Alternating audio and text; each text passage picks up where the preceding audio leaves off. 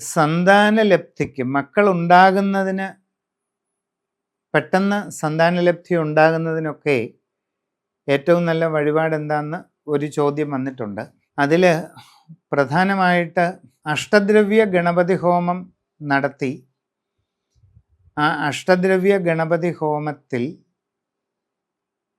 സന്താനഗോപാല മന്ത്രം ജപിച്ച് നെയ്യ് ഹോമിക്കുന്നത് പ്രധാനപ്പെട്ട ഒരു ചടങ്ങാണ്.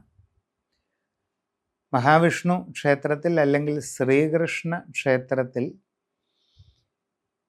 നെയ്വിളക്ക്, മാല, പാൽപ്പായസ നിവേദ്യം, സന്താനഗോപാല മന്ത്രം കൊണ്ട് പുഷ്പാഞ്ജലി, ഇതും വളരെ പ്രധാനമാണ്.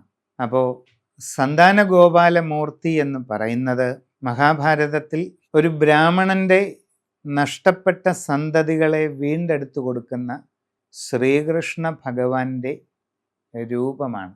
സന്താനങ്ങളുടെ സംരക്ഷണത്തിന് വേണ്ടി ഒരു പ്രത്യേക ഭാവം കൈക്കൊണ്ട് വിഷ്ണു ഭഗവാൻ അവതരിക്കുന്നതാണ് സന്താനഗോപാലമൂർത്തി.